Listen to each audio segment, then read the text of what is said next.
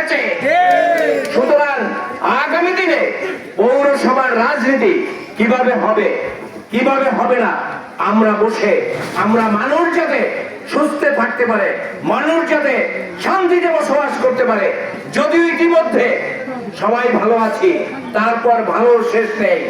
আমাদের নবনির্বাচিত সেক্রেটারি আসাদুজ্জামান মিলন বিশেষ কাজে সে মোড়লগঞ্জে নেই, সে ঢাকায় আছে, সেও আসবে।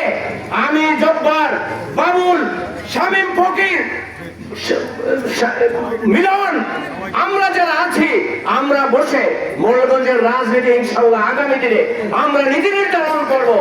নমিনেশন যে পায় তাকে তার সাথে আমরা থাকবো।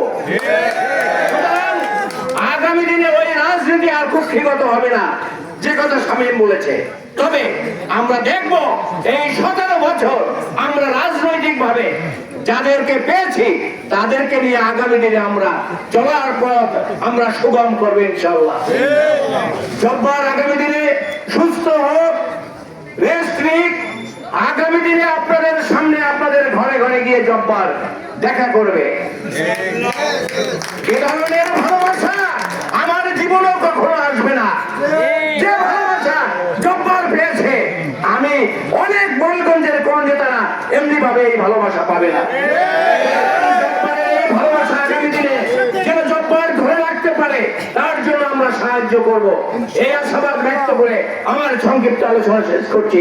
খোদা হাফেজ। বাংলাদেশ জিন্দাবাদ।